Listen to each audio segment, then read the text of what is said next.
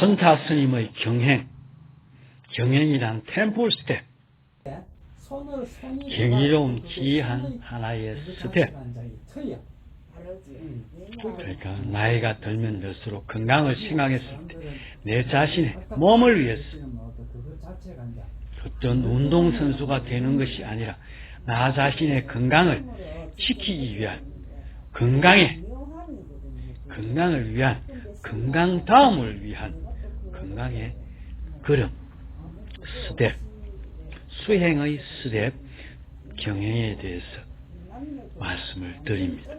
자, 여기에 등장하신 사선을 넘어 지금 수선 중인 이 박보살님, 사람이 네 번의 죽을 고비 자체를, 죽을 고비라는 게 어떤 불가항력적인 어떤 이유로 인해서 죽을 고비 자체를 넘겼을 때 이분의 그 이야기를 듣고 있으면 참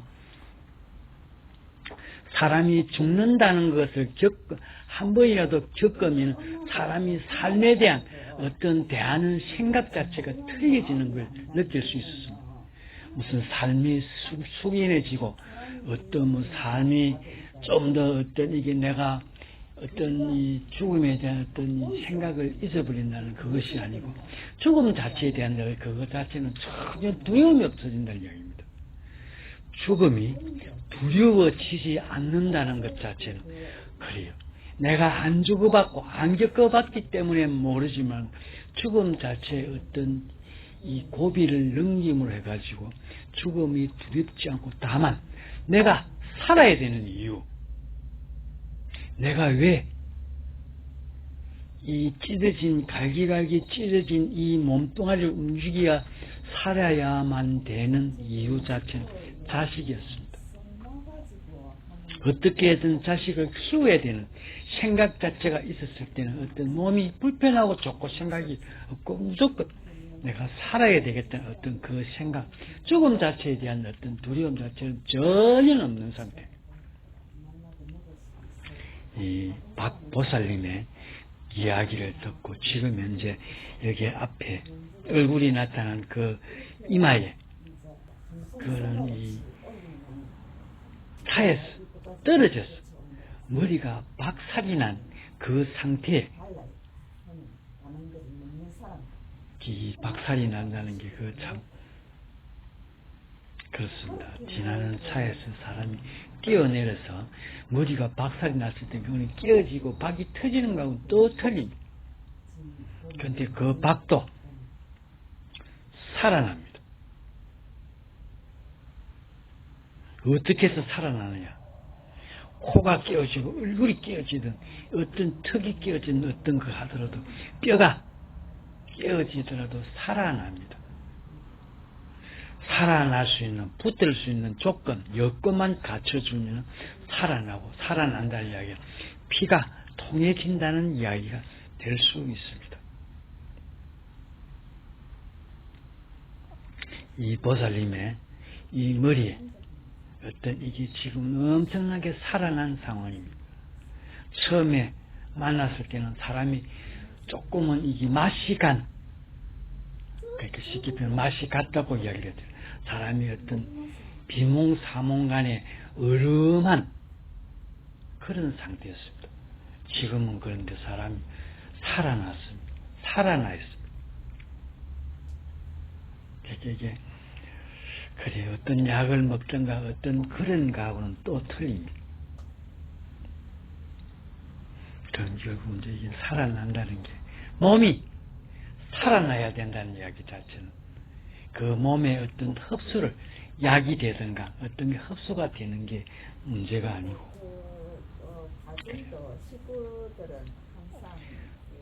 이 장어 이분은 장어를 엄마가 해줘가지고 장어탕을 많이 자셨대요. 원기 회복을 하는 데는 나름의 그래요. 이분의 이 말 자체는 발음이 똑똑하지도 않고 조금은 얼음하면서 그래도 지금은 완전한 어떤 본연의 어떤 사람으로 돌아와 있는 상태입니다. 그러니까 이분의 이 어떤 이거를 영상을 찍다 보니까 이분이 이야기 자체를 삶에 대한 이야기를 시리즈로 한번 내보는 것도 그래요. 죽음에 대한 어떤 그게 체험을 안 해본 사람은 모르는 거고, 우선 이 죽음 자체를 전혀 두려워하지 않는다는 것, 두렵지 않다는 것 자체는 참 그래.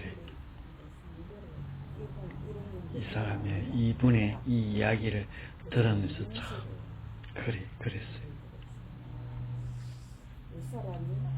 이분의 골격, 결국은 모든 이분이 살아날 수 있는 근본, 근간. 그래요. 이번 추석에 밀양에 고향에를 갔었는데 이 앞에 태풍으로 인해 가지고 제일 내가 이 어떤 이 조상들이 어떤 이때 어른들이 엄마, 아버지, 할머니, 할아버지, 정조부, 어떤 고조부가 되는 그분들이 시골 집에서 그 이야기 듣는 것은 시골 할머니가, 친할머니가 그 감나무의 감을 따서 팔아서 장에 가서 이 자식 하나밖에 없는 외동 아들을, 그러니까 저한테는 아버지에 대한 공부를 시키면서 이 어떤 공부에 대한 비용을 주기 위해서 감을 파는 그 감나무가, 우리 내가 키운 감나무는 아니고 참 소중하게 생각했던 나무였는데 이번에 태풍에 넘어져가지고, 그게 혹시나 이게 이 바람자리에 있었습니다. 그 나무가. 왜냐면 저 옛날에 그 태풍이 한번 이 큰 게 왔었을 때 그때 용마루에 기와가 싹 줄줄이 넘었었습니다. 저게 바람자리였구나 이런 생각이 들었다고. 이번에도 이 태풍 때 그 나무가 이게 넘어지면 저 바람자리 따라면 용마루를 따라서 직각으로 사랑채로 나무가 넘어져야 되는 거죠. 근데 넘어진 자리가, 뿌리가 들리는 자리 자체가 반대 방향으로 누워있더라고. 이 집안에 아저씨 뻘 되시는 분이 나무를 잘라서, 감나무를 잘라서 두셨더라고. 그래서 산에, 이 산소에 올라가기 위해서 가는 길에 이제 동생들하고 이 식구들하고 가려고 이 정종 새거를 가지고 있던 거를 병을 따가지고 그 뿌리에다가 몇 번을 뿌렸습니다. 예. 그 나무는 내가 쓰러뜨린 것은 아니지만도 가장 이 집에서 정이 가고 어떤 혼이 서려 있던 나무였는데 그게 내가 한 것이 아니고 어떤 이게 참 그렇습니다. 정이 가는 어떤 부분이, 그러니까 이 나무가 쓰러져 가지고 변해가 없는 자리는 이 뿌리밖에 없는데 밑둥과, 그런데 보니까 집이 훤했습니다. 집이 우리 어떻게 보면 마당복판에 감나무가 있었습니다.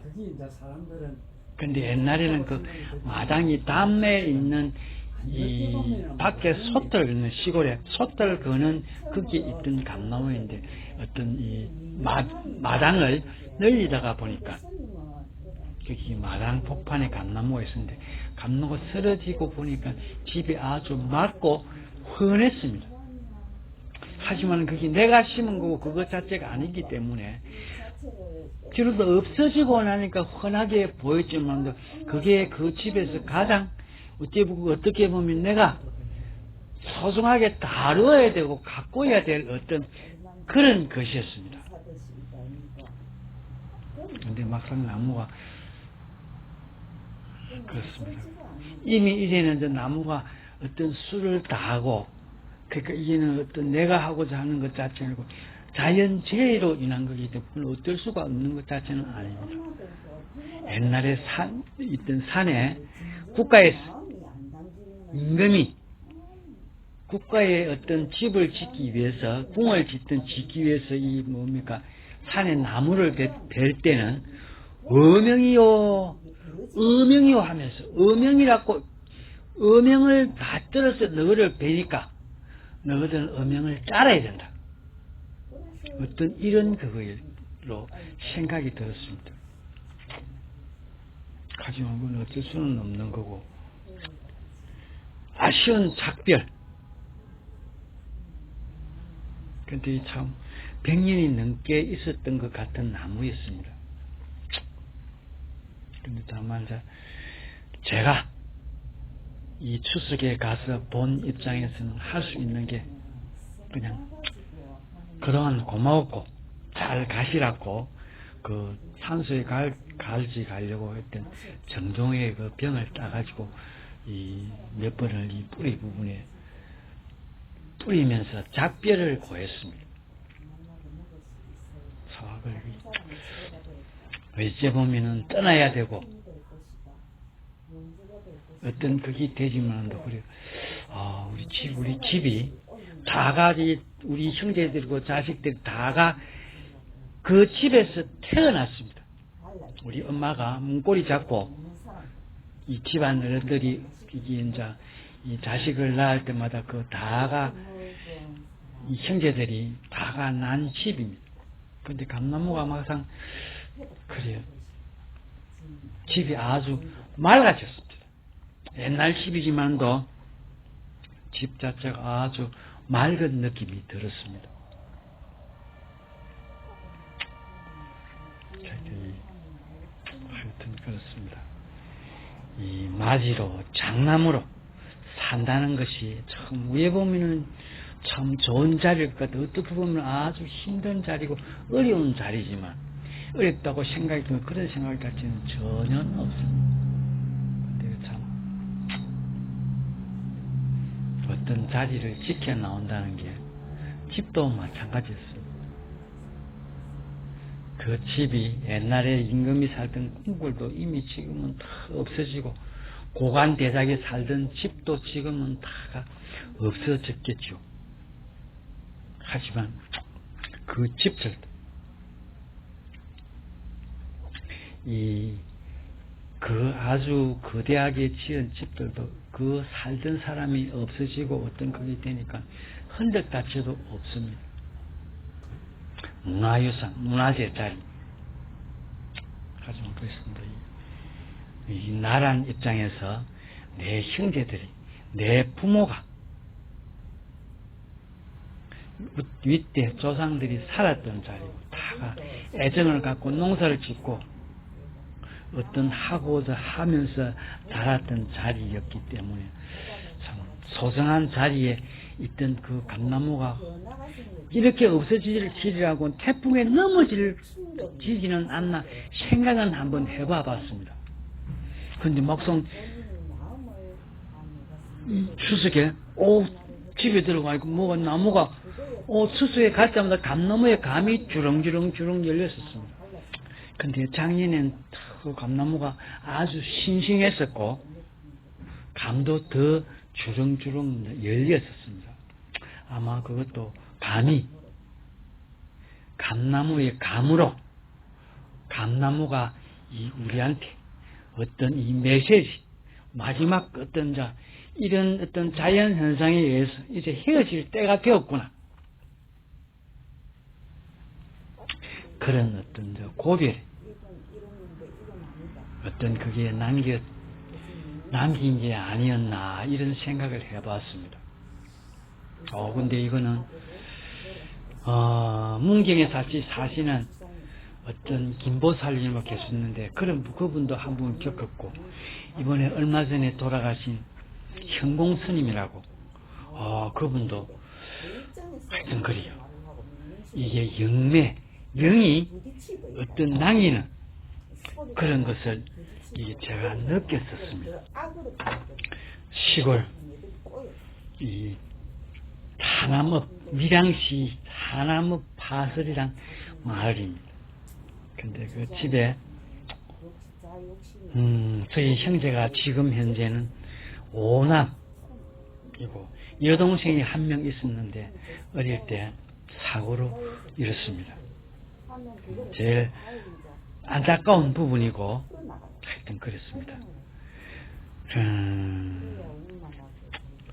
지금 그래요. 우리 형제가 내가 맞이고 내 바로 밑에 민수홍, 이 어릴 때 그냥 이름은 민기홍, 하남 업장을, 고향의 업장을 하다가 올해 이 정년을 했습니다.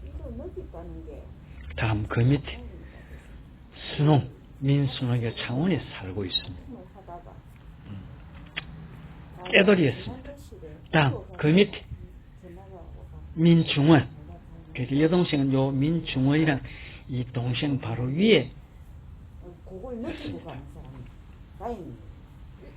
가장 민중 친구는 그래도 착실하게 이제 내를 형님을 많이 따랐었습니다. 그래요. 이 민중원.